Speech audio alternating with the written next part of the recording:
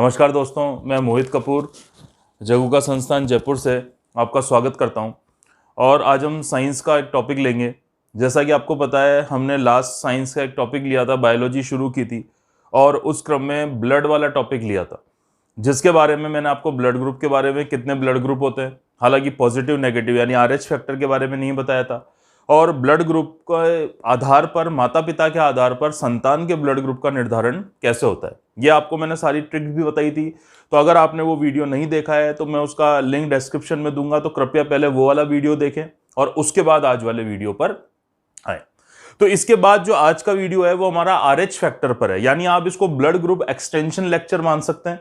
और इसमें हम पूरी तरह से बात करेंगे RH फैक्टर की, कि RH फैक्टर क्या होता है और ब्लड ग्रुप में पॉजिटिव नेगेटिव किस तरह से आपको आधारित होता है या किस तरह से उनका निर्धारण किया जाता है। ठीक है, और साथ ही साथ बताएंगे कि किस तरह से संतान का जो ब्लड ग्रुप होता है, यानी ये तो मैंने बता दिया था माता पिता के ब्लड ग्रुप से संतान का ब्लड ग्रुप कैसे पता करते हैं, पर संतान का ब्लड ग्रुप पॉजिटिव होगा या नेगेटिव होगा, ये भी पिता के आधार पर या माता के आधार पर हम किस तरह निर्धारित कर सकते हैं और कितने प्रतिशत तक ये सही होता है, वो आज आपको मैं बताने वाला हूं।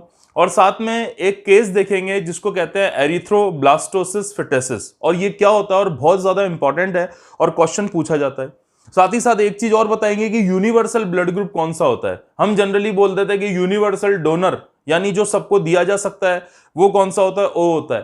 तो आपसे पूछा जाए अगर ऑप्शन में O पॉजिटिव O नेगेटिव, तो वहां पर हम फिर कंफ्यूज होते हैं। तो उस केस में जो हमारा आंसर होगा वो O नेगेटिव या RH नेगेटिव होता है। तो उसको बताने जा रहे हैं, तो ध्यान से आप इसको देखना। ठीक है, देखिए ब्लड ग्रुप के बाद हम जो चीज लेकर आ रहे थे, ये हो गई आपका RH फैक्टर। अब RH फैक्टर होता क्या है, तो ध्यान से सुनना। एक वैज्ञानिक थे, क्योंकि मैंने आपको बताया था कि अगर बात करेंगे ब्लड ग्रुप की, ब्लड ग्रुप की बात करेंगे, तो ब्लड ग्रुप का खोज का जो मेन श्रेय जाता है वो जाता है कॉल लैंडस्टीनर को। कॉल लैंडस्टीनर, इन्होंने ब्लड ग्रुप के बारे में बताया था।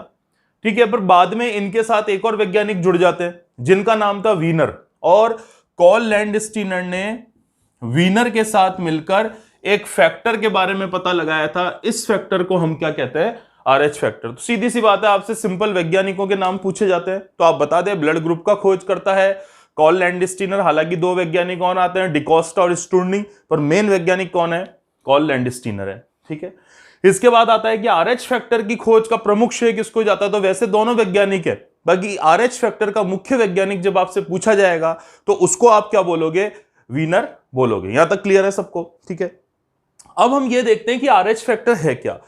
आपने देखा होगा, अभी बायोलॉजी के आगे वाले टॉपिक आएंगे जिसमें एक टॉपिक आता है जेनेटिक्स, आनुवांशिकता आता है, और एक और टॉपिक आता है जैव विकास। ठीक है, तो हमको पता चलता है जब हम अध्ययन करते हैं कि मनुष्य के 99% जो जीन है वो बंदर या चिंपांजी से मिलते हैं। इसके आधार पर हमारे पास कई संकल्पना आती है, डार्विन का सिद्धांत आता है, लेमार्क का सिद्धांत आता है, कि इसका मतलब यह है कि किस तरह से किसी भी जीवों से मनुष्य का उद्भव या सरल जीवों से कॉम्प्लेक्स यानी जटिल जीवों का उद्भव किस प्रकार से हुआ है। तो वो चीजें आपको क्या रखनी है, याद रखनी है। तो जब रिसर्च हुई तो पता चला कि चिंपांजी या बंदर के जो 99% जीन है वो एज इट इज मनुष्य में क्या होते हैं, पाए जाते हैं। और ह्यूमन बॉडी में लगभग आप मान सकते हैं कि 90,000 के आसपास जीन उपस्थित होते हैं।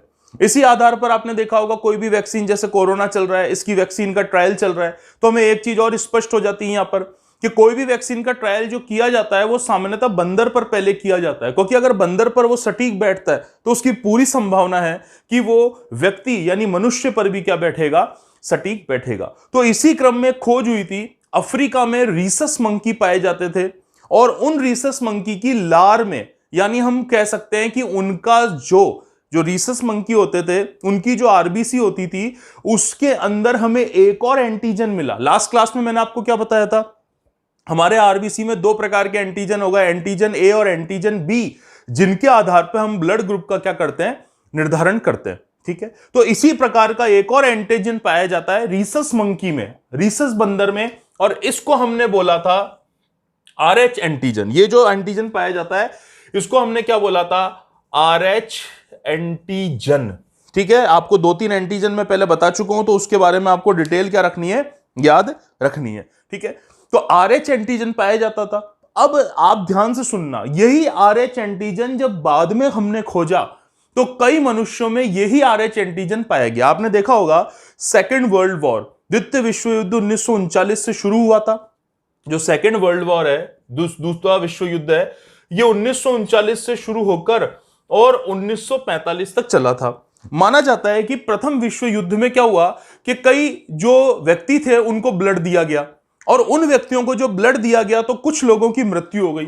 इसका चीज सामने नहीं आ पाई कि इनकी मृत्यु कैसे हुई, क्योंकि इनका ब्लड ग्रुप ए को ए चढ़ाया, बी को बी चढ़ाया, ओ को ओ चढ़ाया, तब भी इनकी मृत्यु हो गई। तो उसका एक रीजन ये सामने आता है, और सबसे जो महत्वपूर्ण रीजन था वो ये सामने आता है कि अब इनको क्या करें, मतलब किस तरह से इनका पता चले कि भाई इनकी मृत्यु कब हो गई। तो उसके लिए कॉन्सेप्ट आता है, इनको बाद में पता चला कि ए और बी एंटीजन के अलावा हमारी बॉडी में एक बहुत महत्वपूर्ण एंटीजन पाया जाता है, और इस एंटीजन को क्या बोलते हैं, RH। और ये RH एंटीजन सबसे पहले जो पाया गया था वो रीसस मंकी में पाया गया था, रीसस बंदर में पाया गया था, इसलिए इसको रीसस फैक्टर के नाम से जाना जाता है, और इसी को हम शॉर्ट फॉर्म में क्या बोलते हैं, RH फैक्टर कहते हैं। आ गया समझ यहां तक? ठीक है, अब यहां ध्यान से सुनना, जिन मनुष्यों में RH फैक्टर यानी RH एंटीजन पाया जाता है उन्हें हम कहते हैं RH पॉजिटिव, RH प्लस। ठीक है, और जिन मनुष्यों में ये RH फैक्टर यानी ये एंटीजन नहीं होता उनको हम कहते हैं RH नेगेटिव। समझना मेरी बात को, जिन मनुष्य में RH फैक्टर है उनको तो हम कहेंगे RH प्लस यानी सामान्य भाषा में पॉजिटिव ब्लड ग्रुप, और जिन व्यक्तियों में RH फैक्टर यानी RH एंटीजन नहीं मिलता उन्हें हम कहते हैं नेगेटिव या सामान्य भाषा में नेगेटिव ब्लड ग्रुप। और इस आधार पर दो ब्लड ग्रुप बने, पॉजिटिव ब्लड ग्रुप बन गए और नेगेटिव ब्लड ग्रुप बन गए।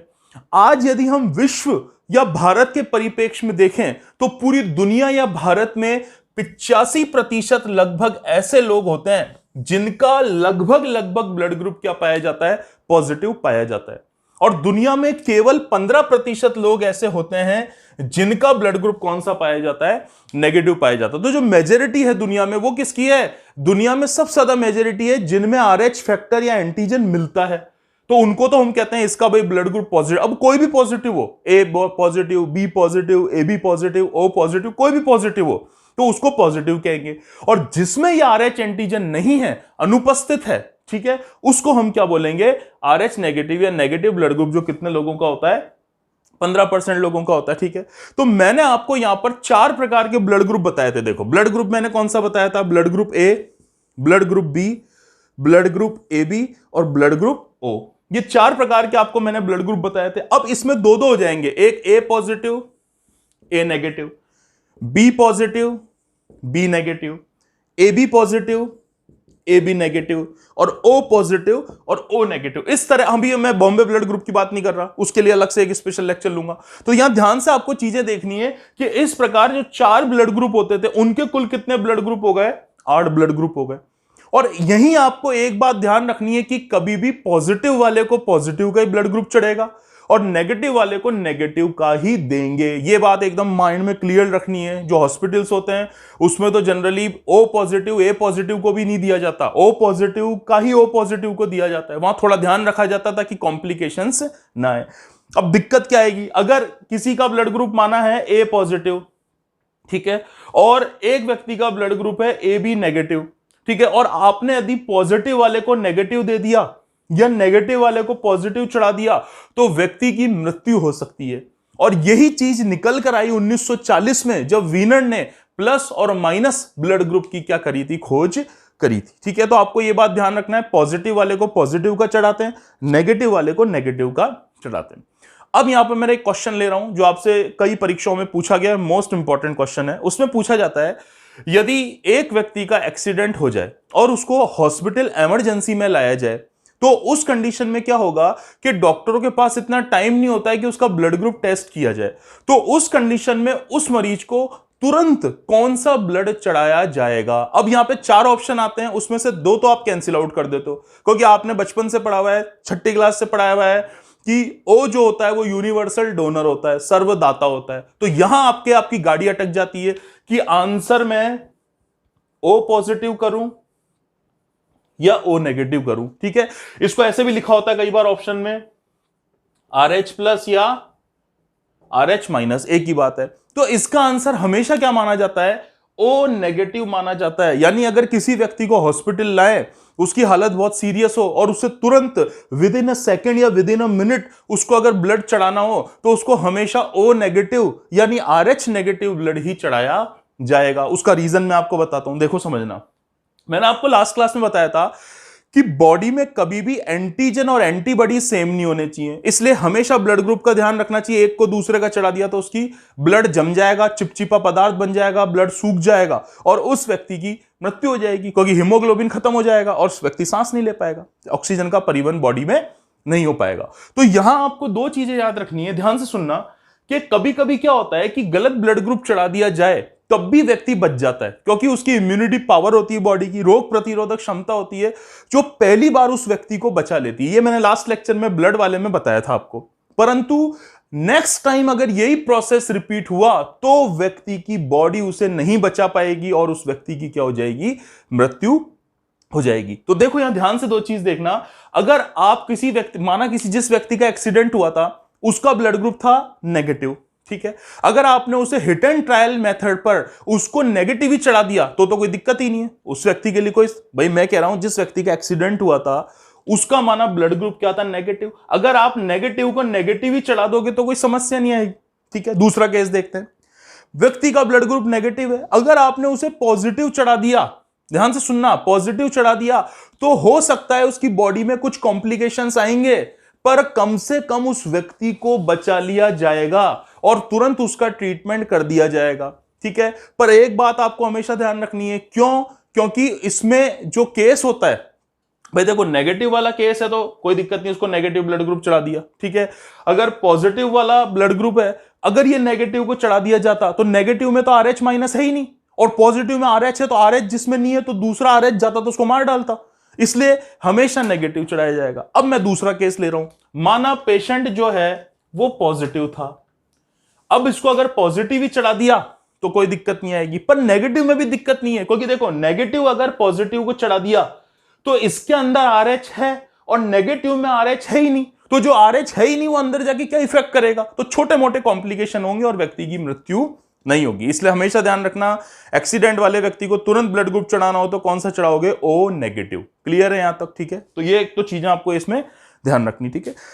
अब मैं दूसरी चीज बता रहा हूं आपको, जब हम किसी भी तरह से बच्चे का ब्लड ग्रुप निर्धारण करते हैं तो वो पूरी तरह से, मैं ये नहीं कह रहा 100%, पर 95% केसों में ये देखा गया है कि जो बच्चे का ब्लड ग्रुप होता है प्लस या माइनस, वो उसके पिता पर ही क्या होता है? आधारित होता है। तो आपको दो चीजें याद रखनी है, तो मैं एक टेबल बना देता हूं, वो आप एक बार इसमें समझ लो।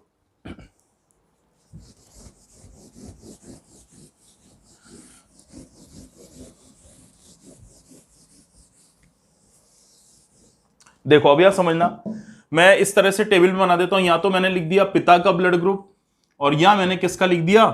ये माता का ब्लड ग्रुप लिख दिया। तो पिता माता दोनों का जो ब्लड ग्रुप है वो यहां पे मैं लिख चुका हूं, ठीक है। अब यहां ध्यान से देखो, पहला केस में ले रहा हूं पिता का ब्लड ग्रुप हो प्लस और माता का ब्लड ग्रुप कौन सा हो? नेगेटिव हो। दूसरा केस में ले रहा हूं पिता का ब्लड ग्रुप भी प्लस, माता का ब्लड ग्रुप भी प्लस हो, ठीक है।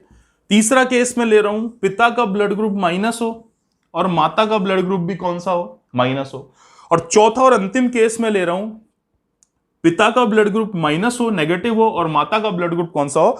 पॉजिटिव हो। यही 4 केस होंगे, इनके अलावा कोई केस नहीं होगा। तो आपको बेसिक ये 4 केस देखने, ठीक है। अब मैं तीसरा कॉलम बना रहा हूं जिसमें मैं क्या लिख रहा हूं? संतान, ठीक है। अब देखो यहां आपको दिख रहा है पिता का प्लस है, माता का माइनस है, तो पूरी यानी 90% से ज्यादा संभावना है कि जो बच्चा होगा उसका ब्लड ग्रुप कोई भी हो, पर हमेशा प्रकृति में कैसा होगा? पॉजिटिव होगा। तो मैं लिख देता हूं संतान का ब्लड ग्रुप पॉजिटिव।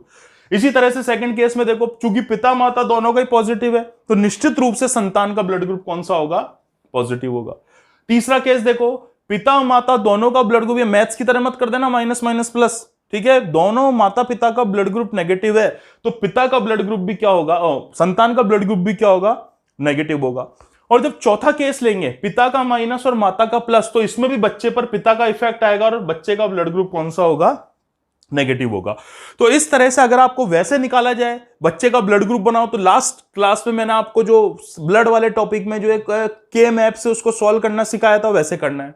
और इस तरह से प्लस माइनस पूछा जाए, पॉजिटिव नेगेटिव पूछा जाए, तो आपको इस तरह से ध्यान रखना। ये 90% केस में तो सही होता है, पर 10% केस में इसमें एक्सेप्शन यानी अपवाद हो सकते हैं। ठीक है, अब देखो एक प्रॉब्लम होती है, वो मैं मेन तो बताना चाह रहा हूं क्योंकि वो क्वेश्चन आपसे पूछा जाता है। इसमें पूछा जाता है कि जैसा आपने देखा होगा, किसी माता पिता के पहली संतान हुई, तो पहली संतान का जन्म तो स्वस्थता से हो गया पूरी अच्छी तरह, पर उसके बाद उनकी जितनी भी संतानें होगी उन संतानों की मृत्यु हो जाती है। ठीक है, और कोई भी संतान या तो गर्भ में मर जाती है या जन्म लेने के तुरंत बाद मर जाती है, वो सरवाइव नहीं कर पाती। पहली का स्वस्थ जन्म होगा, पर पहली के बाद जितनी भी होगी उनका जन्म स्वस्थ नहीं हो पाएगा। और ये जो कॉम्प्लिकेशंस होते हैं, ये आपके कौन से केस में होते हैं? ये पहले वाले केस में होते हैं, जिसमें पिता का ब्लड ग्रुप कौन सा होता है? प्लस होता है, और माता का ब्लड ग्रुप कौन सा होता है? नेगेटिव होता है। ठीक है, तो आपको मैं नीचे के 3 केस तो समझने की जरूरत ही नहीं है, इसमें तो आपको सिंपल याद रखना है, यही मेरे को समझाना है। मैंने एक समस्या लिखी थी, एरिथ्रोब्लास्टोसिस फिटेसिस, तो ये होती है कि आरबीसी का फट जाना या फिर किसी तरह से बच्चे की क्या हो जाना? मृत्यु हो जाना, मां के गर्भ में या गर्भ एकदम प्रसव के तुरंत पश्चात। ठीक है, तो देखिए पहला केस मैं आपको कुछ समझाना चाह रहा हूं, तो उसको आप समझना, बाकी केस में दिक्कत नहीं आएगी। कैसे नहीं आएगी? ध्यान से सुनना।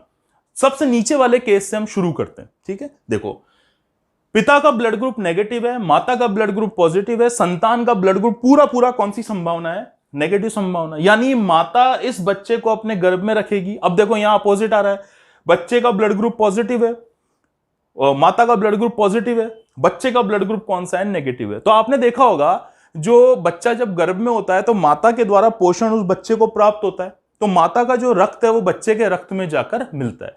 पर यहां एक दूसरा प्रोसेस भी होता है, उस पाइप द्वारा बच्चे का भी थोड़ा बहुत ब्लड माता में जाता है, पर उसकी संख्या क्या होती है? बहुत ही कम होती है। तो यहां देखना, माता का ब्लड ग्रुप कौन सा है? पॉजिटिव है। ये बच्चा माता के गर्भ में पल रहा है, ठीक है ना, तो थोड़ा बहुत क्या होता है? ब्लड होता है, इस तरह से माता से बच्चे में जाता है। तो इसमें कुछ कॉम्प्लिकेशन कभी कभार आती है, पर उसको दवाओं के माध्यम से ठीक कर लिया जाता है, कोई बहुत ज्यादा सीरियस केस नहीं होता, नॉर्मल होता है। ठीक है, यहां क्या होगा?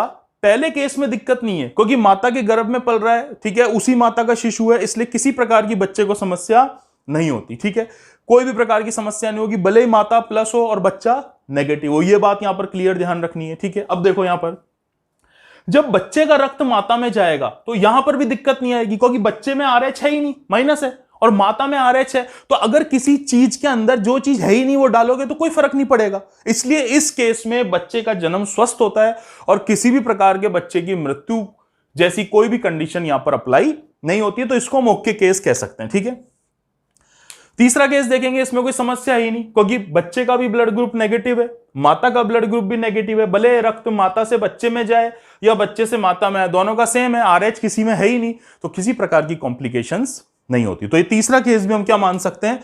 ओके वाला केस मान सकते हैं। तीसरे केस यानी सेकंड नंबर वाले केस पर चलेंगे हम। पिता माता दोनों का ब्लड ग्रुप पॉजिटिव है, बच्चे का ब्लड ग्रुप भी पॉजिटिव है, बच्चा माता के गर्भ में पल रहा है, तो माता भी प्लस बच्चा भी प्लस, किसी का भी रक्त आदान प्रदान हो, कोई समस्या नहीं है, इसलिए यह भी एकदम ओके केस है। समस्या वाला केस जो है वो आपका कौन सा केस है? नंबर 1 केस है। ठीक है, पहला इसका स्क्रीनशॉट ले लो, फिर मैं आगे पहला नंबर का जो मेन केस है वो आपको एक बार समझाता हूं।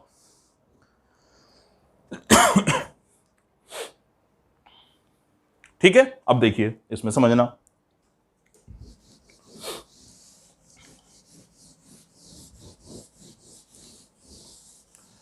देखो ये बहुत इंपॉर्टेंट कॉन्सेप्ट है, आपको हर जगह कहीं भी नहीं मिलेगा, ये ना बुक्स में आपको समझ में आएगा, तो थोड़ा इसको समझने की कोशिश करो। इजी सा है पर मोस्ट इंपॉर्टेंट कॉन्सेप्ट है, हमें सिर्फ रटना नहीं है, हमें पता होना चाहिए कि किस तरह से प्रोसेस होता है। ठीक है, अब देखो यहां पर पिता का ब्लड ग्रुप प्लस है, माता का ब्लड ग्रुप नेगेटिव है।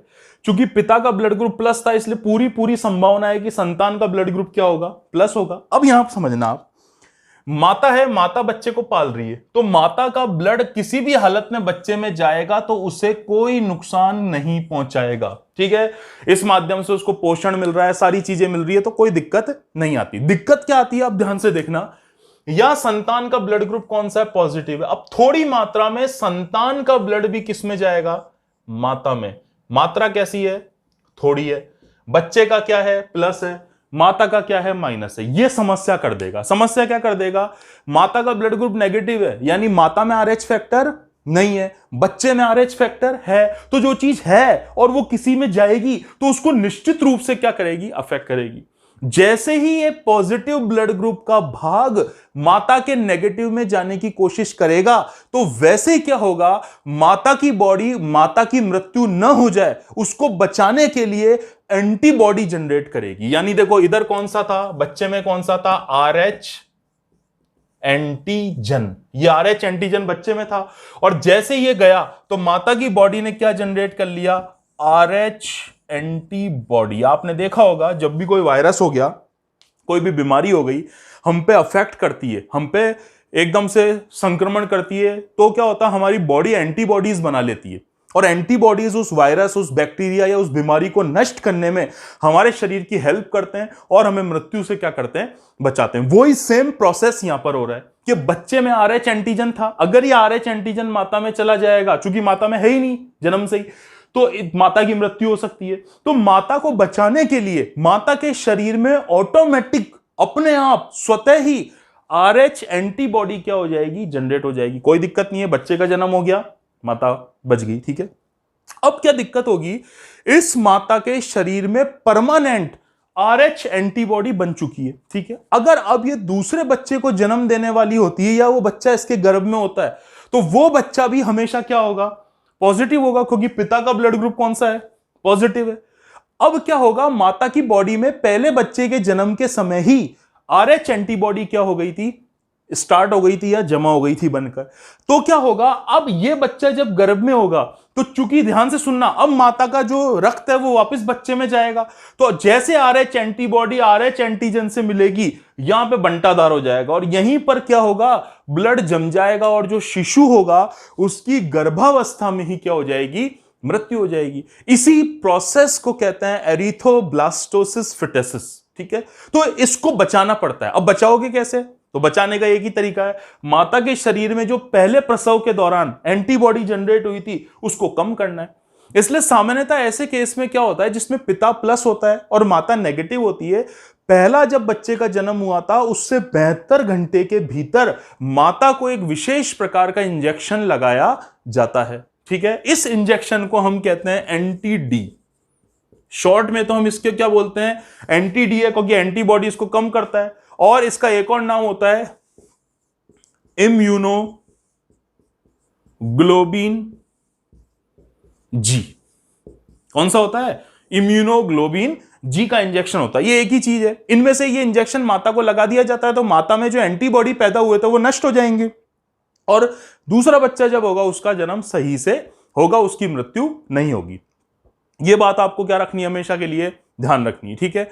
अब क्या होता है कि कई माताओं में जब प्रसव के 72 घंटे के बाद, जब पहले बच्चे का जन्म हो गया उसके 72 घंटे के भीतर जब उस माता को यह इंजेक्शन लगाया जाता है, उसके बावजूद भी कई माताओं में यह एंटीबॉडी अभी भी रह जाती है। इसलिए जब दूसरा गर्भ धारण करती है तब उसको हर थोड़े थोड़े महीने में डॉक्टर टेस्ट करता है और उसको बार बार यह इंजेक्शन दिया जाता है कि माता की बॉडी में जो एंटीबॉडी बने थे वो शून्य हो जाएं और सेकंड बच्चे की मृत्यु ना हो, ठीक है। तो इस तरह से इसका निदान किया जाता है और सामान्यतः इसको दिया जाता है। और डॉक्टर इसमें भी आपके लिए ऑप्शनल पूछता है, यदि कोई माता एक संतान से ज्यादा नहीं चाहती तो उसमें फिर ये इंजेक्शन नहीं लगाया जाता, और कोई आगे वाली संतान भी चाहती है कोई माता है तो उनमें इस इंजेक्शन को क्या करा जाता है, लगाया जाता है। मोस्ट इंपॉर्टेंट है, आज मैंने 3 बताया था, एक्सीडेंटल केस वाला बताया था वो आपको ध्यान रखना है, आरएच फैक्टर के बारे में बताया था वो आपको याद रखना है, एक ये जो मैंने बताया था स्पेशल केस है ये आपको याद रखना है, ठीक है।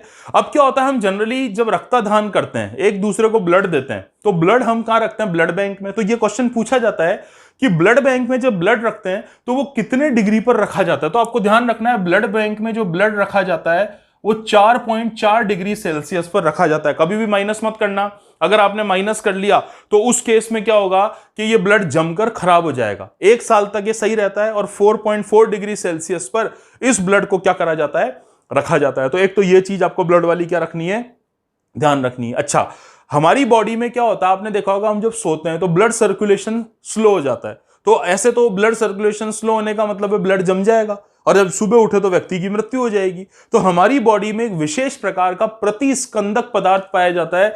इस पदार्थ को हम क्या कहते हैं? हिपेरिन कहते हैं। यह हिपेरिन क्या करता है कि हमारी बॉडी में ब्लड को जमने से बचाता है। ठीक है, तो आपको ये जो मैंने बताया कॉन्सेप्ट, ये आपको ध्यान रखना है, इस RH फैक्टर को पूरा समझना है। इसके साथ आपको जो ब्लड वाला हमारा लेक्चर था वो भी देखना है, और उसको देखने के बाद आपको दोनों चीजें एकदम क्लियर समझ में आ जाएगी। हमारे चैनल को सब्सक्राइब करें, शेयर करें, लाइक करें, और कुछ समझ में नहीं आया तो